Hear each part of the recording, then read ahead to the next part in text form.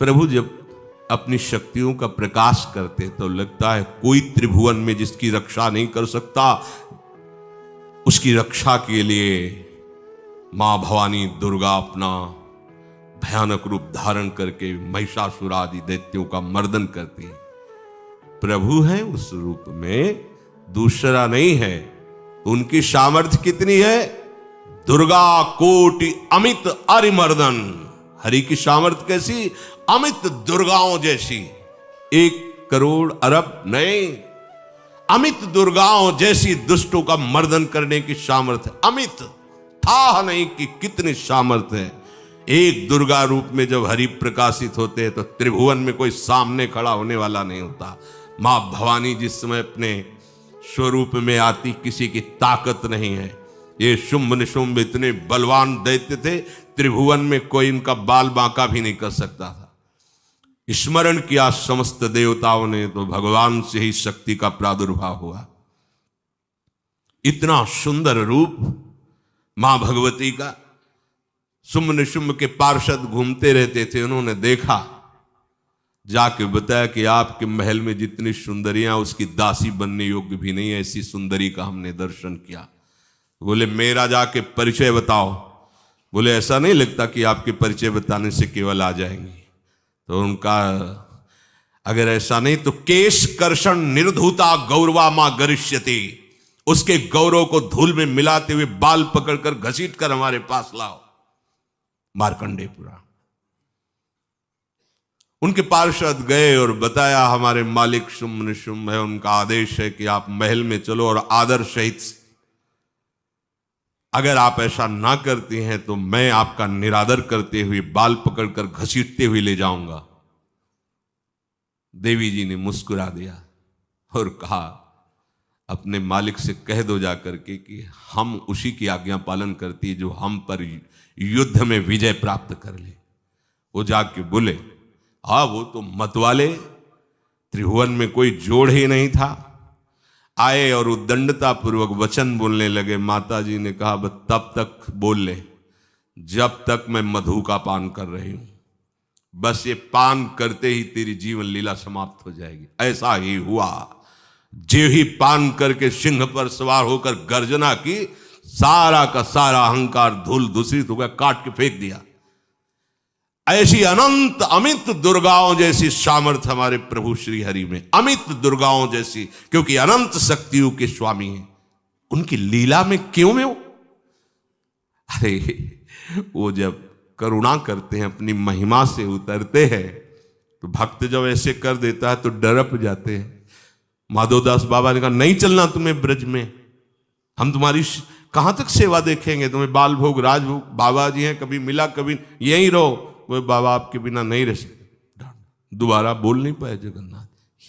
ये सुन करके हृदय बलिहार होता है। ओ ऐसे सामर्थ्यशाली प्रभु अपने भक्त के प्रेम प्रणय पर भी कितना डरते हैं। ये भक्त नाच पड़ता है। ये कुतर्क की, संशय की वृत्ति यहां प्रवेश नहीं करती। दुर्गा कोटि अमित अरिमर्दन, अमित गिनती नहीं ऐसी अनंत दुर्गाओं जैसी शक्ति हमारे प्रभु में विराजमान है। शक्र कोटि सत सरिष विलासा, आहा अरबों इंद्र जैसा विलास प्रभु में। अरबों, एक इंद्र त्रिभुवनपति है, अरबों इंद्र के समान प्रभु का ऐश्वर्य है। और नवशत कोटि अमित अवकाशा, जिस एक आकाश के लिए गरुड़ जी से कह रहे हैं कि मच्छर से लेके आप तक उड़ते हो पार पाए, बोले ऐसे अरबों आकाश के समान अवकाश है प्रभु में। मरुत कोटि सत विपुल बल, रवि सत कोटि प्रकाश, शशि सत कोटि सुशीतल, समन सकल भव त्रास।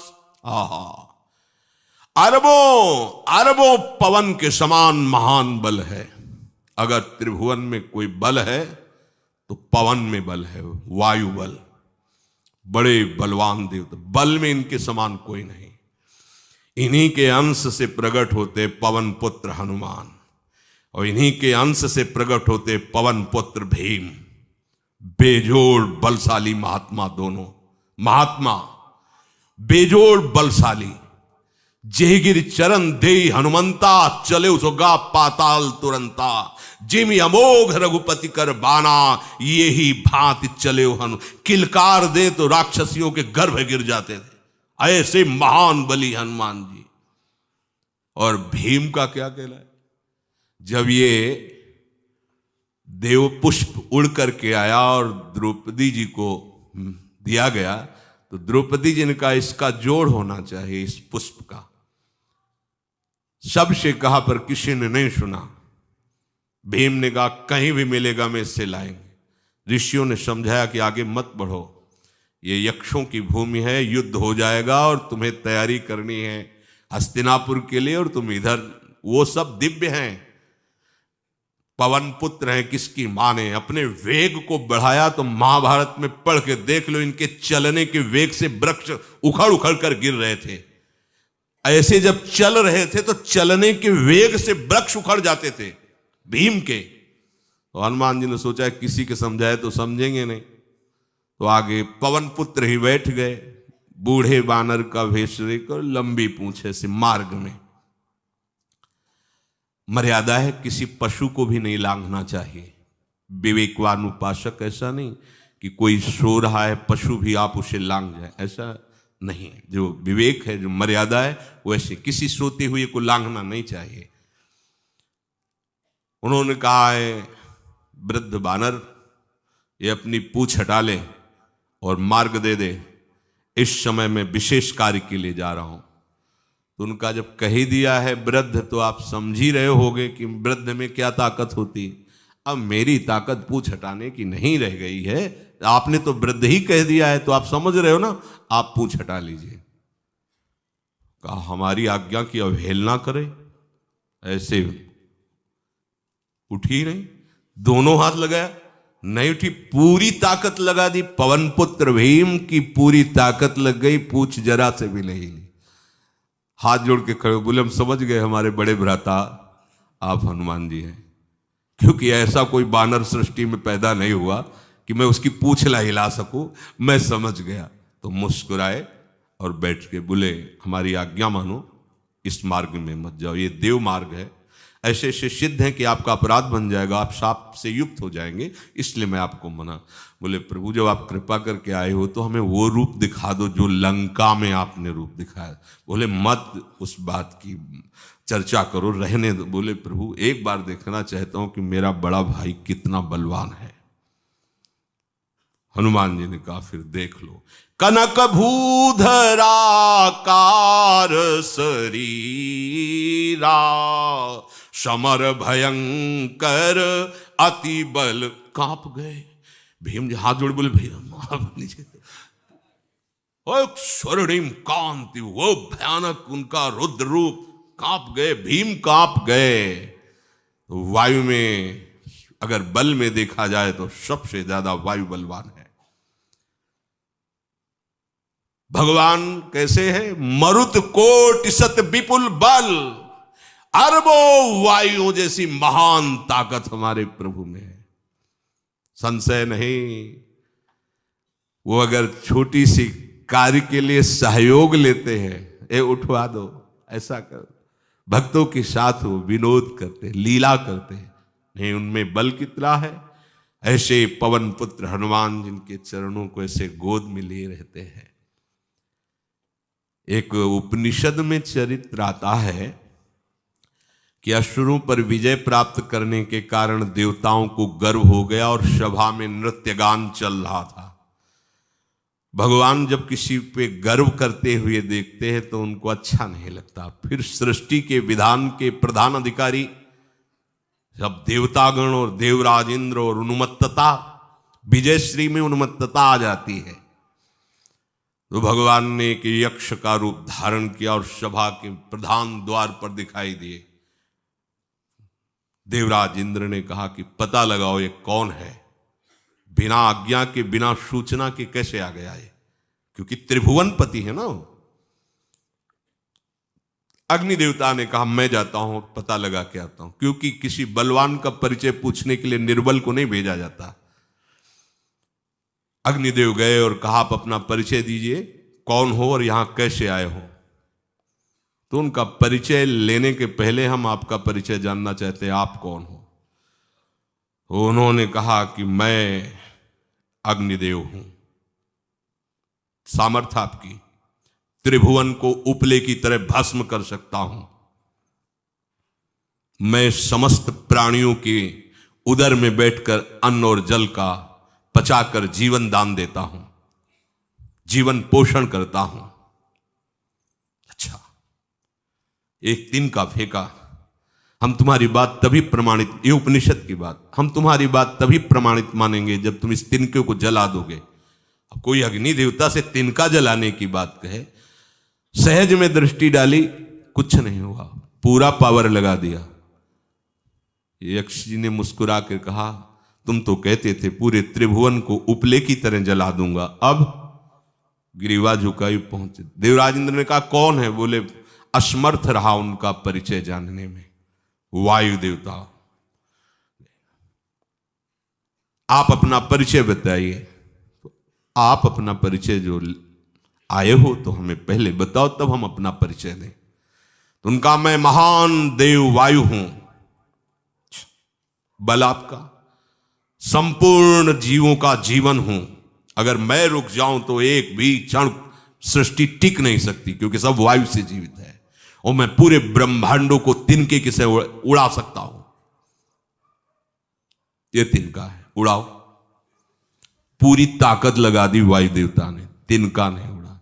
ग्रीवा झुकाई, वापस चले गए। अब देवराज इंद्र उठे, जे ही नजदीक पहुंचे यक्ष अंतर्धान हो गए और देखा साक्षात ब्रह्म विद्या दूर से मूर्तिमान ब्रह्म, और डांट लगाई कि तुम उनसे संभाषण करने योग्य भी नहीं हो, क्योंकि तुम सबसे बड़े सिंहासन पर बैठे हो और अहंकार करते हो। तुम्हारे देवता सब सामर्थ्यहीन है, एक तिनका भी अग्नि नहीं जला सका, एक तिनका भी वायु नहीं उड़ा सका। अरे जिनकी शक्ति से शक्तिमान वो भगवान स्वयं आए हुए थे, कांप गए देव। अहंकार मत करो, जाओ। भगवान के बल से तुम विजयी हुए, देवताओं के बल से नहीं। देवताओं में जो शक्ति है वो उन्हीं के अंश से आई हुई है। अरबों वायु के समान महान बलशाली हमारे श्री हरि, अरबों सूर्यों के समान उनका प्रकाश, अरबों सूर्यों के समान प्रकाश, अरबों चंद्रमाओं के समान सुशीतलता, समस्त भयों और दुखों का नाश करने वाले प्रभु श्री हरि। काल कोटि सत सरिस अति, दुस्तर दुर्ग दुरंत, धूम के तु सत कोटि सम, दुराधरस भगवंत। अरबों कालों की सामर्थ्य, अरब नहीं अरबों कालों की सामर्थ्य भगवान, एक काल अनंत ब्रह्मांडों में तांडव मचाए रखा है। अरबों काल, अमित बलशाली, अत्यंत दुस्तर, दुर्गम, दुरांत। कौन? प्रभु श्री हरि। अरबों धूमकेतुओं के समान अत्यंत प्रबल सामर्थ्यशाली प्रभु, अगाध सत कोटि पताला, शमन कोटि सत सरिस कराला, तीरथ अमित कोटि सम पावन, नाम अखिल अघ पूग नशावन। कितने अथाह हैं प्रभु? बोले अरबों पाताल से भी बढ़कर, अरबों पाताल से भी बढ़कर गहरे हैं, कोई था नहीं पा सकता। कितने भयानक हैं? अरबों यमराजों से भी ज्यादा भयानक प्रभु श्री हरि हैं। अनंत कोटि तीर्थों को भी पावन करने वाले परम पवित्र जिनके श्री चरण है, वो तीर्थपाद श्री हरि हैं। अनंत तीर्थों की उनका नाम ही संपूर्ण विश्व के पाप समूहों का नाश करने में समर्थ है। हिमगिरि कोटि अचल रघुवीरा, सिंधु कोटि सत समगंभीरा, कामधेनु सम कोटि। आहा, देखो अब किसके सामने तुम्हें हाथ पसारने की जरूरत है? समझो, अगर अपने प्रभु को जान जाओगे, समझ जाओगे, तो फिर कहीं इधर उधर झांकने की जरूरत नहीं, किसी के सहयोग की जरूरत नहीं। कैसे प्रभु? ऐसे वो स्थिर हैं कि जैसे तूफान चल रहा और हिमालय का आश्रय ले लो तो डरने की जरूरत नहीं, कोई भी तूफान हिमालय को उखाड़ नहीं सकता। ऐसे ही कह रहे हैं, अरबों हिमालयों जैसी स्थिरता प्रभु श्री हरि में है।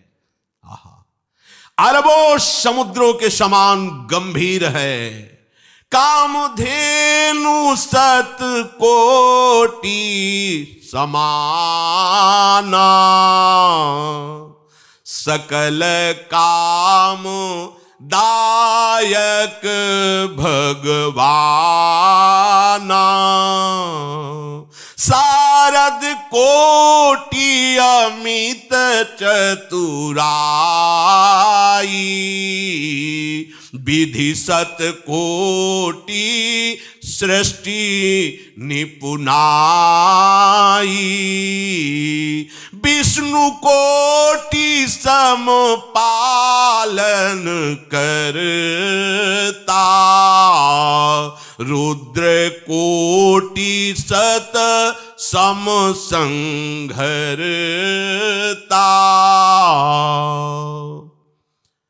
अरबों कामधेनुओं के समान प्रभु श्री हरि हैं। एक कामधेनु मिल जाए तो निहाल हो जाए।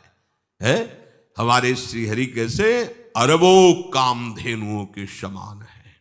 इच्छित कामनाओं की पूर्ति कर दे उसे कामधेनु कहते हैं। प्रभु में कितनी चतुरता है! अनंत कोटि सरस्वतियों की एक सरस्वती ब्रह्मांडों का संचालन करती है, बुद्धि के अधिष्ठात्र देवी हैं। और यहां क्या, हमारे श्री हरि अनंत कोटि सरस्वतियों की चतुराई समाई हुई है। अरबों ब्रह्माओं के समान सृष्टि रचने में समर्थ। एक ब्रह्मा प्रकट कर दिया, ये वैभव प्रकट हो गया। अरबों ब्रह्माओं जैसी सामर्थ सृष्टि रचना की प्रभु में है। आहा! और अरबों विष्णुओं के समान पालन करने की सामर्थ प्रभु में है। अरबों शंकर के समान संहार करने की सामर्थ्य प्रभु में है। धनद कोटि सत समधन वाना, माया कोटि प्रपंच निधाना, भार धरन सत कोटि अहिसा, निरवधि निरूपम प्रभु जगदीसा। अरबों कुबेरों के समान धनवान है। अरबों मायाओं के समान सृष्टि करने में सामर्थ्यशाली है। अरबों शेष भगवान के समान अनंत भार उठाने में समर्थ है। जगदीश्वर प्रभु श्री हरि की कोई उपमा, कोई सीमा नहीं है। ये उपमा रहित और सीमा रहित है। निरुपम न उपमा आन राम समान, राम निगम कहे, जिम कोटि सत खद्योत समु, रवि कहत अति लघुताल है। यही भांति निज निज मति विलास, मुनीस हरि बखा नहीं।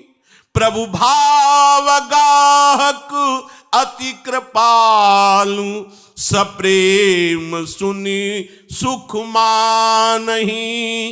प्रभु भाव गाहक अति कृपालु, सप्रेम सुनी सुख मानहि।